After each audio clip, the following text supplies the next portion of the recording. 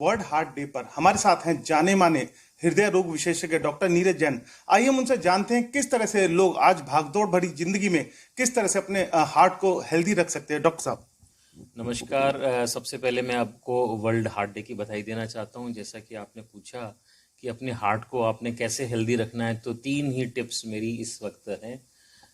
Exercise को अपना एक रेगुलर प्रोटोकॉल बनाएं, अपनी लाइफ का हिस्सा बनाएं।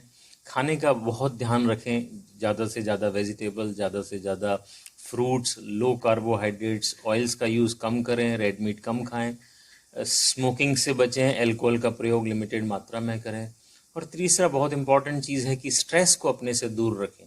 अगर हम इन तीन बातों को अपने जीवन में लाएंगे तो मुझे लगता है कि हार्ट की बीमारी से हम 100% दूर रहेंगे। डॉक्टर साहब, जैसे देखा गया है कि कई बार सांस फूलती है, सीने में दर्द होने लगता है, तो काफी लोग इसे हार्ट से भी जोड़ लेते हैं और कई लोग इसे अवॉइड भी कर देते हैं। उनके लिए किस तरह से मैसेज होगा, किस तरह से इसे देखना चाहिए?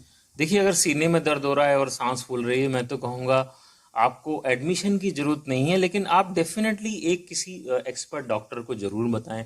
क्योंकि मैंने बहुत सारे पेशेंट्स देखे हैं कि वो इसको गैस समझते रहते हैं या खाने से रिलेटेड कर रहते हैं, तो प्रीशियस टाइम, जो इम्पोर्टेंट टाइम होता है हार्ट की बीमारियों को हैंडल करने का, वो लॉस हो जाता है। उससे लॉन्ग टर्म लोगों को काफ़ी परेशानी होती है और बाईपास या एंजियोप्लास्टी कराने के बावजूद भी उनकी सांस में प्रॉब्लम नहीं जाती। तो कम से कम आप अगर इस तरह की सिम्टम्स आपके हैं तो किसी एक्सपर्ट डॉक्टर को जरूर दिखाएं और ईसीजी या इको या सिंपल टेस्ट जरूर कराएं। तो कई बार आप, जैसा आप सही बोल रहे हैं कि सीने में दर्द हमेशा हार्ट की वजह से नहीं होता, सांस की बीमारी भी हमेशा हार्ट की वजह से नहीं होती, लंग्स भी एक जिम्मेदार है सांस के लिए, बट एक्सपर्ट की सलाह लेना इसमें बहुत जरूरी है। डॉक्टर साहब, जैसे देखा गया है कि आजकल युवाओं को भी हार्ट से रिलेटेड बड़ी समस्याएं हो रही हैं, क्या कारण है उसका?